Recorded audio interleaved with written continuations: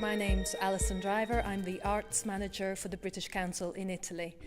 Today I'm in Turin on the occasion of the One Torino Festival and the Contemporary Week in Turin.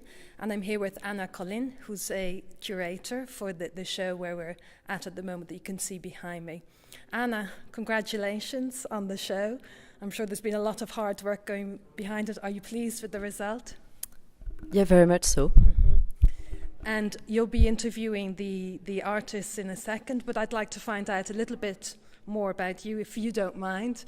I know that you were born in France, but you're working now in the UK. You've been there for some years. And just I'm just curious, why did you choose to work in the UK? What does the UK give you?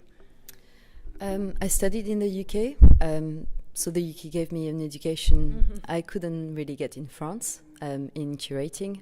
Very good course, and France is developing some courses, but it was perhaps more interesting in the UK for me. I was learning the language. I was also, excited by the possibilities that London offers compared to where I'm from, which is, quite exciting too. But London does have this extra vibe and this extra excitement. So I've been there for a long time. I studied, I worked there, and I'm now involved in different sorts of projects, freelance, as well as setting up an art school in collaboration with a few people, which just started in September, and which is a free school in East London. That's right. Would you like? It's called Open School East. Is that right? Yeah. And so it's just started, and anyone can go along and attend free art courses. Is that right?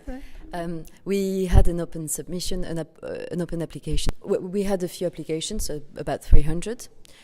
We selected 13 people to start with. Now we're down to 12 because someone had to drop out, and we are. So these people get free tuition and a free studio, and then we open every now and then certain lectures, certain events to the broader public. But it's not just a school that's open to all at all times. It's open in many ways. It's open also to scrutiny. It's open to collaborations. It's open to the neighborhood. That's a very important part of the project, to work in close collaboration with residents, with organizations, groups. But so it is open to, a certain extent, maybe 80% open. That's fantastic. And you're speaking about collaborations, and then I think one of the artists that is here in Turin is one of the collaborators on that project. Is that right? Yeah, Matthew Darbyshire is on the board of our charity, Open School East. He's been also teaching. Pablo Bronstein is also going to be doing some teaching there at the end of the term. So yes, we have a few colleagues. Fantastic. Okay, I'm going to hand over to you, and we'll listen to the artists then talk about their work in this exhibition called Ideal Standard Form.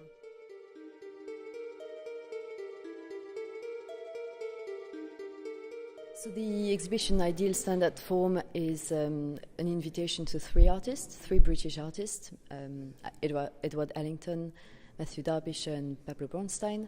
It really started as a discussion between myself, Pablo and Matt, wanting to invite them to bring their work in dialogue with each other, and then we were interested in opening out that dialogue to a third artist who is not necessarily a direct influence, but who's been present in the background, in their education.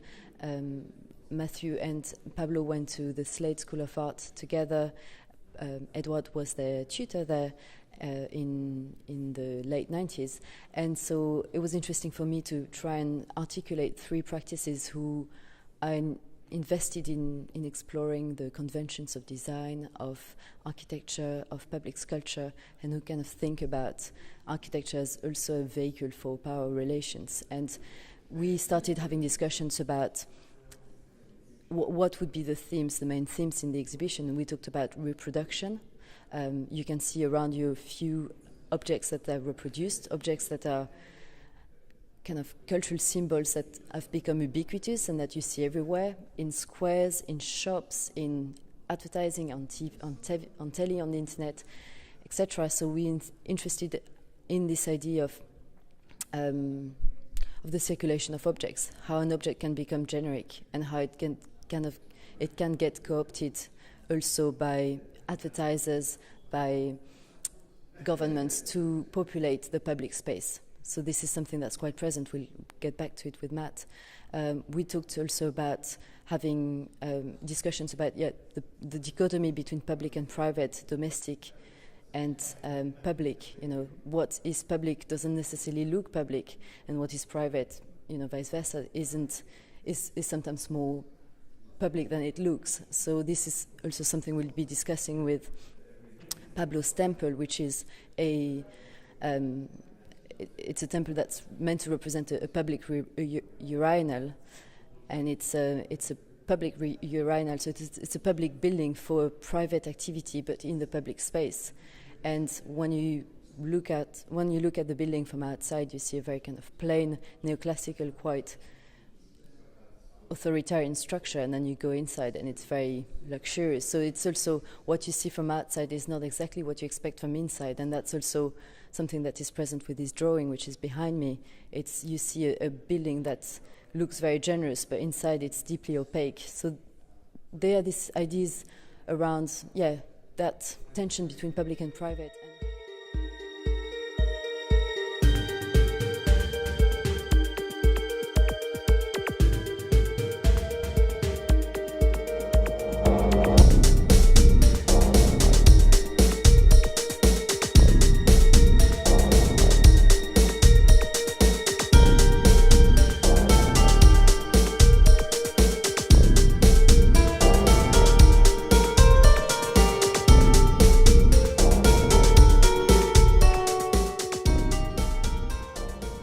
This work is called Victory Boxed, and I made it in New York, and it involves lots of casts of the Nike of Samothraki, which I found in a plaster workshop in Coney Island.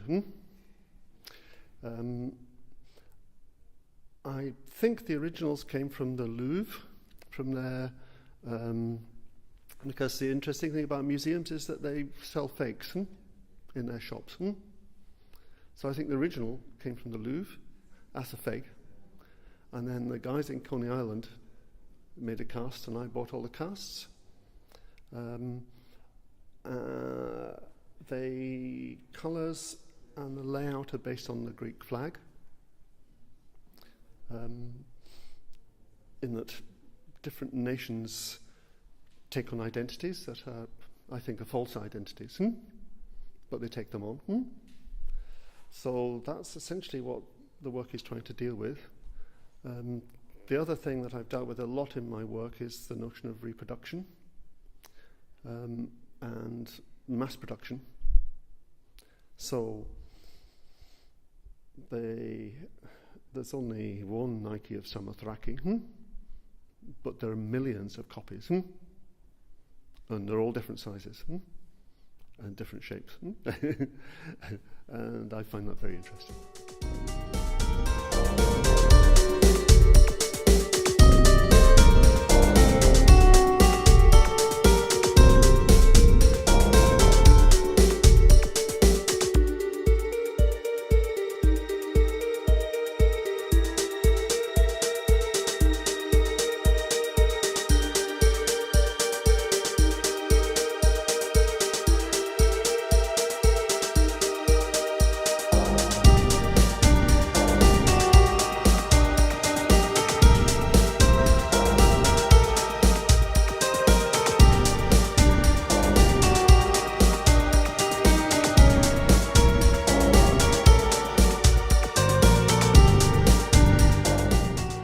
So this show came about, Anna invited me, obviously, to be in the show, and I think it was my sort of decision to start looking at the existing collection at GAM.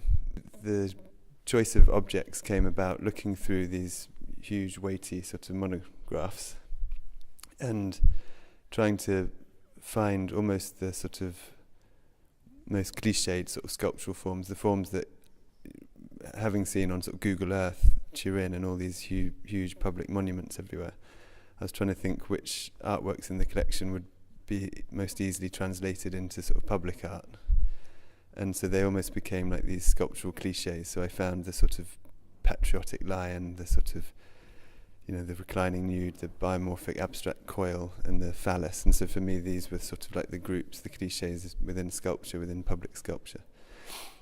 And then rather than scanning them and just reproducing them sort of identically, we decided to employ 4 different sort of means. So we took the lion, for example, and just bought an off-the-peg $80 it costs for a model of a lion.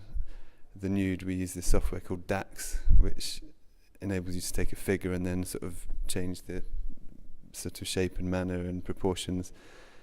The phallus was using sort of parametrics and grasshopper and rhino. And then this one was just made from scratch, just actually sort of drawn and shaped, sculpted. And so we just tried to use the sort of 4 means currently available to 3D model makers today. So the polystyrene, how did it come back? Well, it's actually the obvious one. It's the one that's most commonly used in this sort of industry. But then it sort of threw up all these sort of connotations or insinuations to marble, the sort of pristine whiteness. And then for me it was quite important because to sort of replicate these objects in the same form seemed pointless. And so actually to make that comment that you're using the most debased, most sort of the material that's in most abundance, the cheapest material in the world that's used for packaging, and it's just throwaway.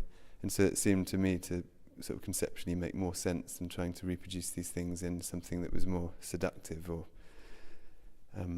had some sort of implied value, which was not interesting to me. And so in a way these things became almost like sort of pure forms, because you take away any aspect of the sort of traditional aspects of skill because they're produced digitally. You take away all that whole association of the hierarchy of materials with bronze and plaster. So that they're actually, on the one hand, they look almost quite cynical, they're debased and impersonal, but on the other hand, they're almost like these wonderfully pure forms because you take away all those connotations.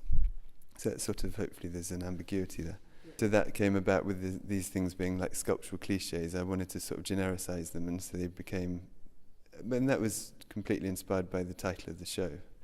And so talking to Anna and looking at Ed Allington's work, and I wanted to sort of make some sort of equivalents that, almost carrying on that conversation that Ed started in the mid-80s. Yeah. They're like sort of elaborate pedestals, yeah, but comprising domestic furniture. And I was trying to think about that, how I arrived at that. I think it's basically, obviously as an artist, it's just all about collisions. And so there's this idea, you're invited to Turin, you look at the sort of topography, the landscape in Turin, that inspires something. You then look at the combination of artists showing, that inspired the decisions I've made.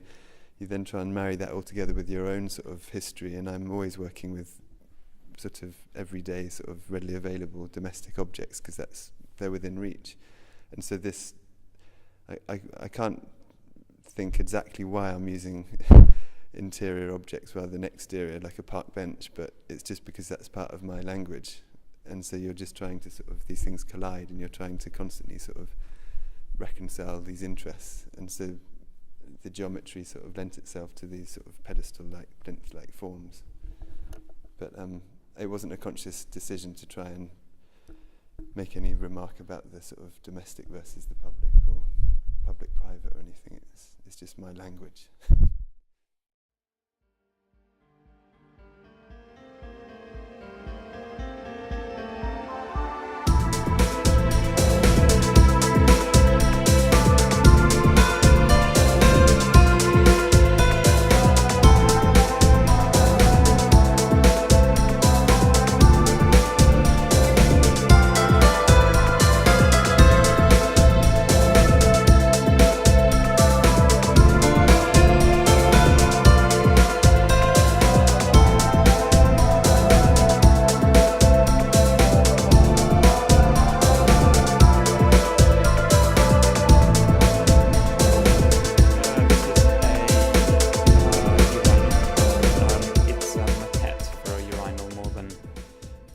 Urinal. It's a full-size maquette, scale 1:1, made out of cheap materials in imitation of more expensive materials. On the outside it is plywood or plasterboard and a mass-produced cornice, and on the inside it is mass-produced plaster ornaments. And the idea is that it functions as a sort of hypothetical building, as a building within a building, within the building that we're in, that it has a sense of autonomy, that you can walk around it, that you can go in it and leave it and have an experience of having been inside another building. It plays with classical architectural forms. It has a kind of series of references to neoclassical architecture, to the grand architects of the late 18th century, especially French architects like Ledoux, for example. And on the inside it has more of a sort of Marie Antoinette neoclassical feel to it. I think that the reason why I chose to reference the late 18th century is because at that point we have the birth of the public sphere. We have the creation of large-scale social works, such as enormous sewage works, for example, in order to cater to ever-growing metropolitan situations. There are a series of serious political shifts that happen at the time, and economic shifts, and within those shifts we have the birth of a real public sphere the way that we can recognize it today. The idea of, for example, a courthouse being separate from the royal authority, something that was developed in the late 18th century. And so one of the things that I think I'm creating is a very public monument, or a monument that plays with public architectural language, the language of late 18th century classicism that you see in courthouses, in parliament buildings, and so on and so forth, and to create out of those a very private situation where we enclose a member of the public and they are allowed to perform a very, by our standards, private act, which is the act of urination. In the 18th century, the act of urinating or shitting moved away from the streets and entered into the sort of private house. So we have the development of the modern bathroom in the 18th century. In the 17th and 16th century, people would literally shit in a bucket and throw it out of the window. And throughout the 18th and then 19th century, we find increasingly rooms specifically dedicated to hiding and concealing the act of defecation. And one of the, for example, if we take someone, a French aristocrat in the 18th century, they would be in a social situation in the middle of a room, and if they wanted to go to the toilet, they would simply go behind a screen surrounded by full company, and they would basically do what they needed to do with inside a potty, inside some kind of a vessel, and leave it next to the screen. And the sounds, the smells, everything would be there for people to experience in the room. And increasingly throughout the 18th and then 19th century, this was siphoned off more and more, so that we now find it inconceivable that people would see us shitting in public, and pissing in public is something that is punishable by law. So this building is about creating a sort of dramatic theatricalization of these ideas.